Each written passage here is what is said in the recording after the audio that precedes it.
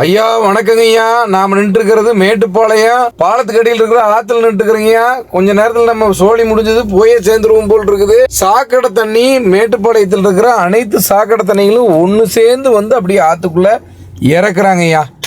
குப்பைன்னா இதுதான் குப்பை தொட்டிங்கிற மாதிரி குப்பை தொட்டியே போட்டுக்கிட்டே இருக்கிறாங்க ஐயா. மேல இருந்து கீழே போட்டுக்கிட்டு இருக்கிறாங்க. ஒரு ஹோட்டல் கடைக்கு போனா நல்ல சுத்தமான வாழை இலைக்கு தண்ணியை தொளிச்சு கழுவுறாங்க. அதே சமயம் நம்ம குடிக்கிற தண்ணி, விவசாயம் பண்ற தண்ணியில சாக்கடையை கலக்குறாங்க, குப்பையை தூக்கி போடுறாங்க. இது என்ன முறைன்னு எனக்கே ஒன்றும் புரியலைங்க ஐயா. நம்ம இயற்கையை வழிபடுறோம், நம்ம தெய்வத்துல ஒண்ணுங்க ஆறு நம்ம தெய்வமா நினைச்சு நம்ம முன்னோர்கள் வழிபட்டு இருக்கிறாங்க. உண்மையிலேயே மிகப்பெரிய துரோகம் நம்ம தெய்வத்துக்கு செய்யறது, இயற்கைக்கு செய்யற துரோகம். தயவு செஞ்சு திருந்துங்க. கொசுவை பாருங்க எத்தனை கொசுன்னு. டெங்குவோட ஹோல்சேல் டீலரே அங்கதான் இருக்கிறாங்க நான் பார்த்ததுல. தயவு செஞ்சு இந்த பாவத்தை சம்பாதிக்காதீங்க. இதெல்லாம் எங்க போய் தொலைக்க போறீங்கன்னு தெரியல.